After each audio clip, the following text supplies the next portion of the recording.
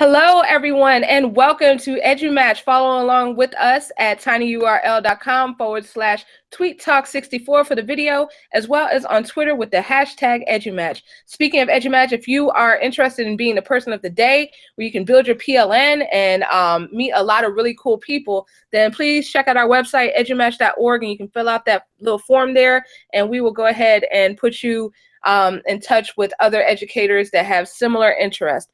So today we're going to be talking about mindfulness in education. So we just had to switch gears a little bit. We had some things that shifted around, but we are now ready to go, ready to rock and roll. So we're going to start off with panel introductions. So we're going to start off going from my left all the way over to my right. So we'll start first with Ashanna. Could you please tell us a little bit about yourself?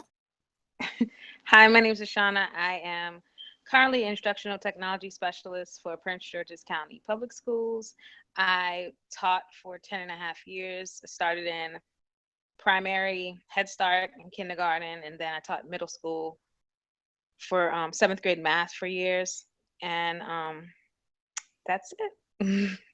All right. Very excited to have you on. Thank you so much for joining us and welcome. This is your first time on panel, so we're so happy to have you.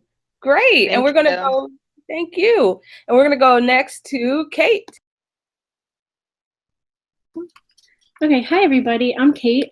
I am a science teacher in New York State. I teach grades 7, 8, 9, 10, 11, and 12. I teach all the sciences, which is awesome. I love it. And what else do you want to know about me? I'm interested in mindfulness because I practice it daily, and I think it's a really useful tool that the kids can learn to use to not only help them with their goals, but I think regulate their emotions as well. I work with kids who have emotional disabilities. So, I don't know, I try to infuse that in my class every day to help them. That's it. Great. Well, thank you so much and welcome. Is this your first time on panel too, or have you been with us before? No, I've moderated before, but it's my first time ever. I'm excited. All right, great. Well, very, very happy to have you here. And not to be confused with KT. Hey, Katie, welcome. And if you could please introduce yourself. Hi, thanks, guys. I've been teaching now 20 years. I'm currently serving as a teacher librarian at the high school level. So that means I currently have 1,700 students, get to teach every topic, and 80 teachers to support. So mindfulness is extremely critical to me because you have to model it.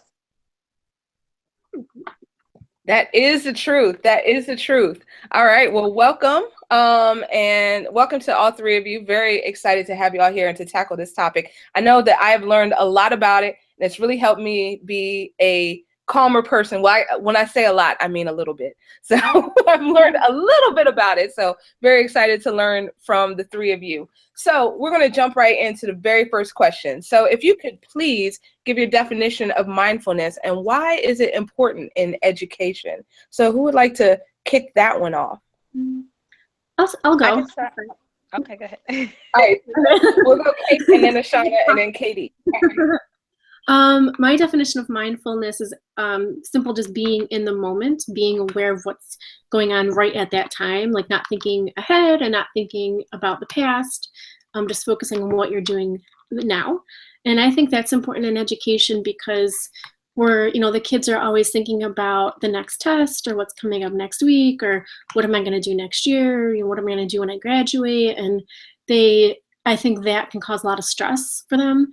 So just bringing them back, reminding you have to take one step at a time before you can even get to the future. So focus on what you're doing now, make good choices, follow your goals, and then you should be good. Awesome. Awesome. All right. And what about you, Ashanna? My definition is very similar to Kate's. I believe mindfulness means being in the moment, present to everything that's happening right now. My experience was not that the students would,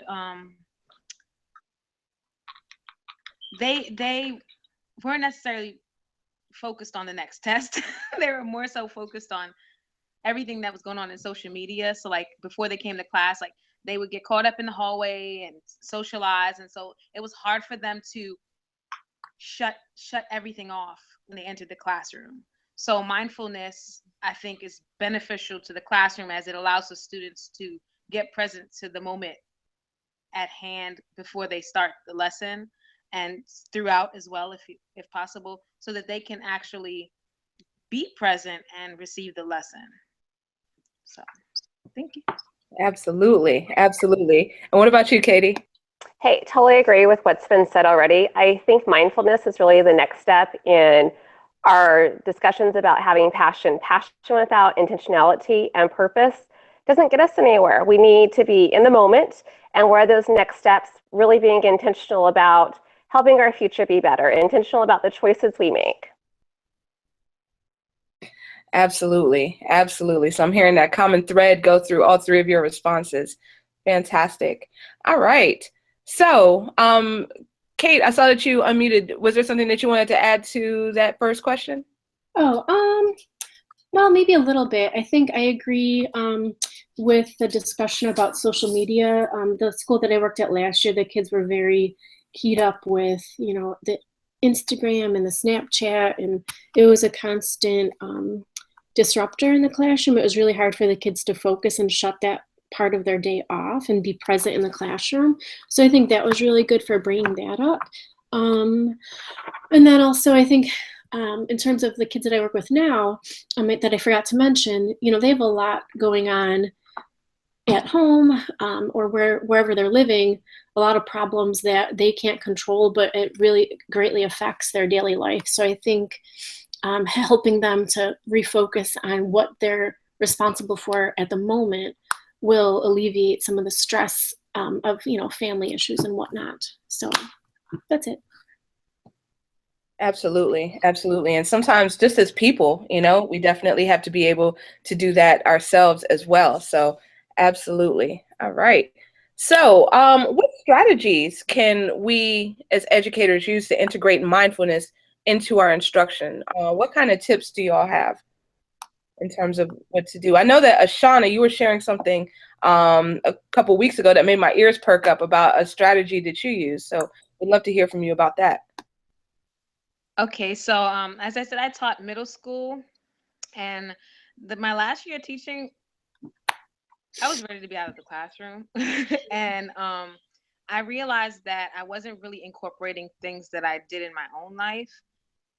And the past 2 years, I've been on a spiritual journey, like starting my spiritual growth and development. And for meditation purposes, we colored mandalas, and that was to, disconnect and any feelings that came up, color them on the paper, and just really use it for meditation purposes. And now everywhere you go, like every bookstore, every store you go into, you see books with coloring mandalas or different types of things you can color. It's a big trend now. So in my math class, I said, well, let me stop. I stopped the math warm-ups, and I talked to my principal about it, and she was okay. I was in a co-taught setting, so I had students with different needs, special needs. And so for the beginning 10 minutes of class, we would color, and I would play nature sounds of things, just calming music, and the students would color. They were not allowed to talk to anyone else, and I explained the purpose of that. I said, out of 7.5 hours in the day, you don't have any time to yourself. You're in class, or you're in the hallway with your friends, or you're at lunch socializing with your friends, but there's never a time of the day that you have just for yourself. And so if you honor yourself and respect yourself, you would take that time and not socialize, because you owe it to yourself to give yourself that time to disconnect. And I also had paper, handwriting paper on the back, so that if anything came up while they were coloring, they could journal about it and they received extra credit. And the students really loved it. And that was probably the quietest time in my class, was when they were coloring. And I did see a shift in focus in a lot of the students, even the students who never turned anything in. Like, they could color and receive a warm-up grade, and they were excited about that. So it gave the students who typically didn't do anything something to look forward to. And I even had students coming from classrooms that were students that were not in my classroom coming asking, can I get a packet? And when I expressed it to the staff and the faculty and everyone loved it. They loved the idea but I noticed that there's this push, there's always such a push. Oh, there's not enough time to do this. And it's always a rush, but that's just how we are as teachers. And for myself, I modeled it as well. So in the classroom, when they were coloring, I was coloring too. So I showed them that it wasn't just important for them to do it. I had to disconnect as well and show them that it's important to do that. So, and it really made a difference. It also made my last year a lot more enjoyable because I took that time to disconnect with the students and build bonds with them. Essentially, they've journaled. A lot of students didn't journal at the beginning, and by the end they were journaling. And some students said, my cousin died, and that came up for me, and they journaled about things like that. Like Kate said, there's things going on in their lives that are, unfortunately, in classrooms we don't discuss. We may talk about it at a meeting with a meeting with the teammates, but other than that, there's no time that we take to truly discuss those things. And that gave them the opportunity to talk about, to express their feelings around those concerns in their everyday lives. So that's how it worked for me. Wow, good stuff. Good stuff right there. Fantastic. All right, Kate, I see that you unmuted, so you have an example as well? Yeah, sorry, I did that because my dog was barking. But no, I really, really liked that coloring activity. That's awesome. Some of my kids last year, I had coloring pages that they could do for free time or in the morning during homeroom, and some of the kids did them. I really like that idea. I think I'm going to try to steal it and incorporate it into some of my classes. And I think for me, what I tend to be drawn to with my kids is helping them just breathe, just focus on breathing, like take a deep breath, count to 10. I remind them to try to breathe through their nose and feel the breath going through their nose, because it'll help them focus on something else. And I think with this one kid in particular that came up while we were talking, or while you were talking, he gets very overwhelmed, and he goes from he'll look at one question and then think about the rest of the test or the rest of the activity and how he can't get it done, and then this is it just like snowballs, and I have to work on bringing him back to where we're at, and I just tell him like one thought at a time. Let's just focus on one thing at a time. So I use just more like coaching tools, but I like the coloring idea. And I do wish that we had more time to talk about the things that their kids are going through, especially in, high poverty schools or whatnot. There's a lot going on, and I wish we had more space for that. But yeah, that's all I got. And actually, in a month, I'm taking a yoga training. It's called Kidding Around Yoga. And it's for teachers who work with kids, and you don't have to be a yoga student. You don't have to have any other yoga training, and you get a 50% discount because you're a teacher. And it's just different relaxing moves that the kids can do to either get out energy or to get them more focused in their body. So I'm really excited to take that and kind of infuse that into my classes. Great stuff. Great. And what about you, Katie? Yeah, it's really hard for us to be mindful if we don't take the time to get to know our students. They're going through so much, and they don't tell us day to day, but we have children that deal with prison issues, drug issues, homelessness. So yeah, in that moment, they don't really care about our assignments. So being mindful that sometimes their life, yes, is more overwhelming than that essay we want them to write, and letting them just take 5. If they need to step outside a minute, have that time to relax and pull themselves together. And 5 minutes really isn't that long. Back, and will work for you. Every time I've had them come back and they're ready to go. But if I wouldn't have given them that moment to just breathe, focus on themselves, sort through their stuff, all period would have gone by and nothing would have happened. I now have a coloring station set up, and I am the annoying 2-year-old because I have high schoolers. So I'm like, why are you doing this? Especially with my boys.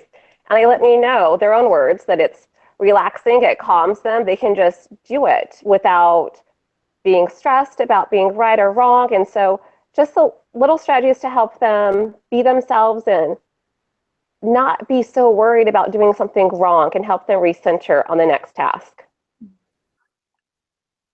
Yeah, I had a couple of boys do my coloring worksheets last year too, and they did great with them. And I remember one of the girls actually, and last year I had high schoolers for homeroom, and those boys would do that, and they were cool with it. But one of my girls, it was so funny, because I asked her, I'm like, this is supposed to help calm you down and like refocus you, and I was trying to form a relationship with her because we hadn't gotten off to the best start, her and I.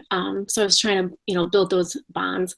And it's so funny. She said, you know what, it actually aggravated me more because she was trying to get the colors just right and to like match patterns and stuff. I'm like, oh, that sucks. But I don't know, they're tools. So.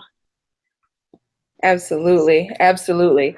And yeah, we over the summer I met Rosalie Reyes at Ed Camp Leader in Maryland, who was telling me about yoga. So I know that a couple of you mentioned yoga, but she was telling me about a program that sounded very, very similar to that, where you can kind of incorporate some elements of yoga into your classroom. So I dropped the link that you mentioned, Kate, on Twitter, as well as a school in Baltimore that used yoga to replace detention with some great results.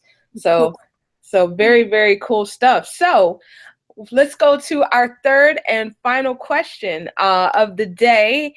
And I guess this kind of ties all together. So we talked a little bit about how we can help students in our classroom, but how can we help them be more mindful in general on a daily basis? So what do y'all say to that? Hey, Sarah, I was gonna first I was gonna say something really quick. Kate said something that made me chuckle because I've done this recently with the teachers to start the training.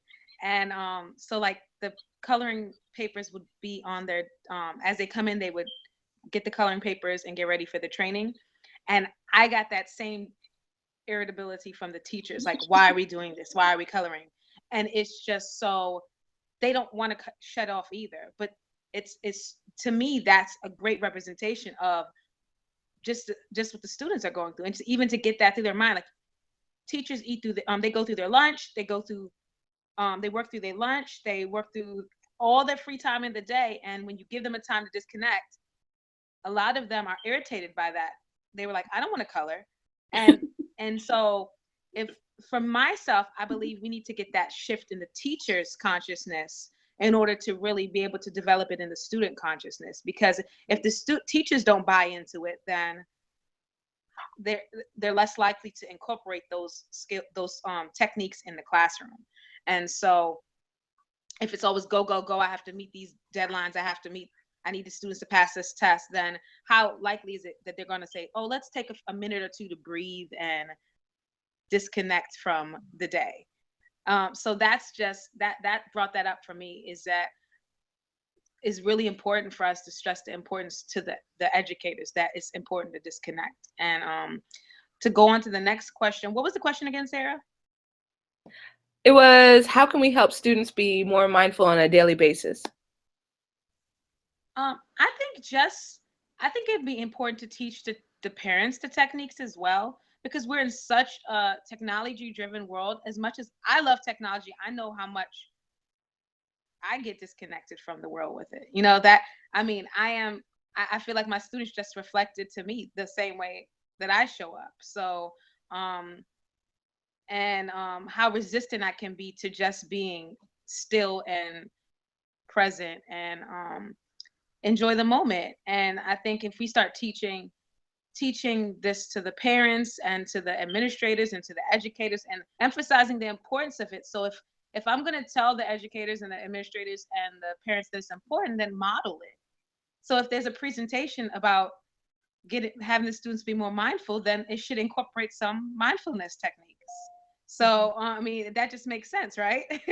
And I just think it's crucial. I know that in Baltimore, I think it is, there's a school that presently does not suspend the students. They don't put them, it's something, I forgot if it's not suspension, but instead of detention, they're having the students meditate. Mm-hmm. And it has proven that the students it's really it's increased, it's actually decreased the number of students getting in trouble and being out of the classroom. It's actually helping. And that's a perfect example right there of how if we use different strategies, there can be a lot of change. And the students need to become present to their feelings, because that's what's really the issue. That everything else is a distraction from what's really going on. So we don't teach them to talk about their feelings and things like that. So I think that if we just start modeling this to the parents and the administrators and the teachers, and just showing the importance of how it's changing classrooms and schools around the world, then that can make a big difference. Absolutely. I agree. And Katie, I see that you unmuted. Yeah, so I think we're just pulled in so many different directions, especially with the increase of social media, and we don't go back home, but we forget our cell phone. Oh my goodness, it's the end of the world. And yeah, all that does is like stress us out and put so much more on our already pretty full schedule. So the clear answer, I think, is mandatory tent camping once a month. If I could make that happen, I would. But just a chance to disconnect from everything so you can really focus on yourself and center with a gratitude heart. If you are in nature, you start to realize more about yourself and your surroundings and the little things that are important, and realizing how important you yourself are too. So just having that intentional mindfulness about yourself, and even the classroom, if we can have the cycle of reflecting and then goal setting, focusing on that. So you're looking at what you've accomplished, looking at those little wins, and then making future wins for yourself too.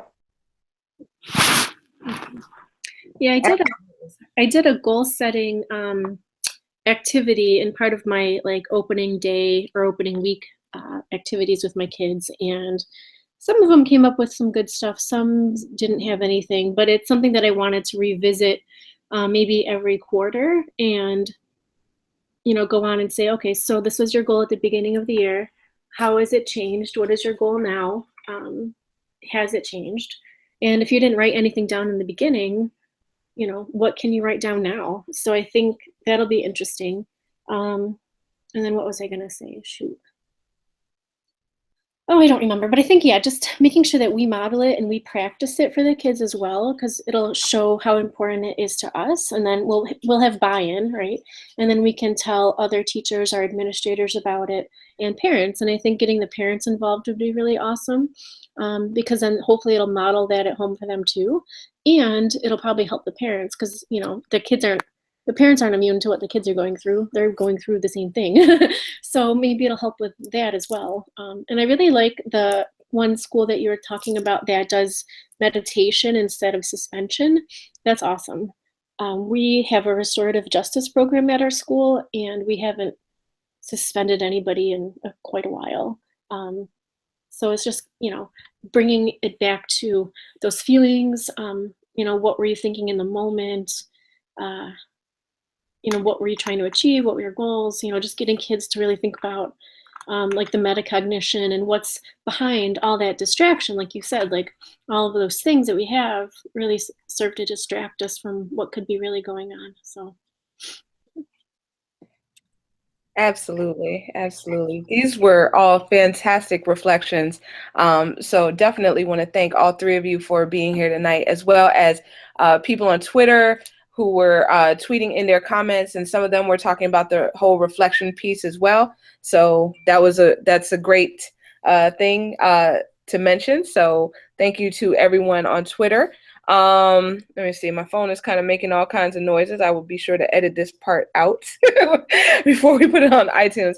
But definitely wanted to thank our guests tonight. You all are amazing. Wanted to thank everyone on Twitter. The Twitter feed will be transcribed, and this podcast will be available on iTunes within the coming weeks. So come back next week. We're going to be talking about badging and micro-credentialing in education. Anyone can be a panelist who's in education, so just leave a comment on just fill out the form, tinyurl.com/edumatch sign up. Just wanted to give a couple of quick shout outs to the Worldview Conference that took place this past Wednesday at University of North Carolina, Chapel Hill, as well as the Colonial Tech Conference, which took place yesterday in Delaware. Great times, great people. Wanted to give a shout out for next week, the DigSit Summit, will be going on live at Twitter headquarters. So check that out. There will be the live stream going on. I believe it goes 8 a.m. to 5 p.m. and the following day, Research Ed in Washington, D.C. So check out those events. Hoping to see a lot of cool folks there from our crew. So definitely, if you want to subscribe, check us out at bit.ly/EduMatch podcast. So everybody, thank you so much for joining, and catch you next week. All right, have a good one.